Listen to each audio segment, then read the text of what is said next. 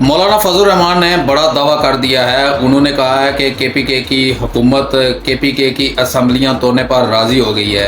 वफाकी दारुल हुकूमत इस्लामाबाद में मौलाना फजल रहमान मीडिया टॉक करते हुए उन्होंने कहा है तहरीक इंसाफ साफ शफाफ इलेक्शन के लिए इस्तीफे देने के लिए तैयार हो गई है और उन्होंने कहा है कि नए इंतखाबात में अवामी मैंडेट लेने वाली हुकूमत ही मुल्क के मसाइल को हल कर सकती है।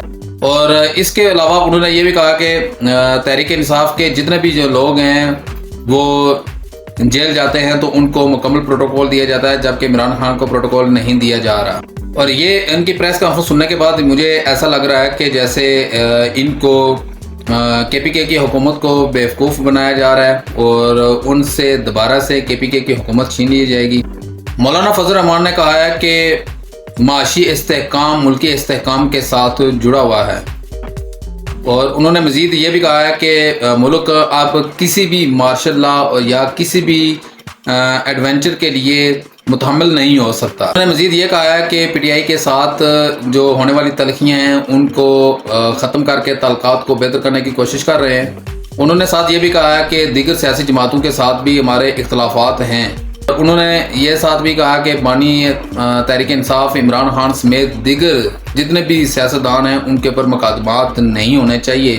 इंतखाबात से अगर फौज लातलकी इख्तियार कर ले तो सब कुछ बेहतर हो सकता है। और उन्होंने ये भी साथ कहा है कि बल्दियाती और पार्लिमानी इंतखाबात एक साथ होने चाहिए और निगरान सेटअप को मुकम्मल तौर पर ख़त्म कर दिया जाना चाहिए। इसके बाद चेयरमैन PTI गौर खान ने साहब ने जो भी मामला तय किए हैं, ये जो भी बातें की हैं, इन सब बातों की उन्होंने तरदीद कर दी है। उन्होंने कहा कि हमारा मौलाना साहब के साथ इस मामले पर कोई बातचीत नहीं हुई और ना ही हमारी जो बानी ये चेयरमैन तहरीक इंसाफ इमरान खान से कोई मुज़ाकरात हुए या बातचीत हुई है। इस मामले पर हमारी कोई अभी तक बातचीत नहीं हुई।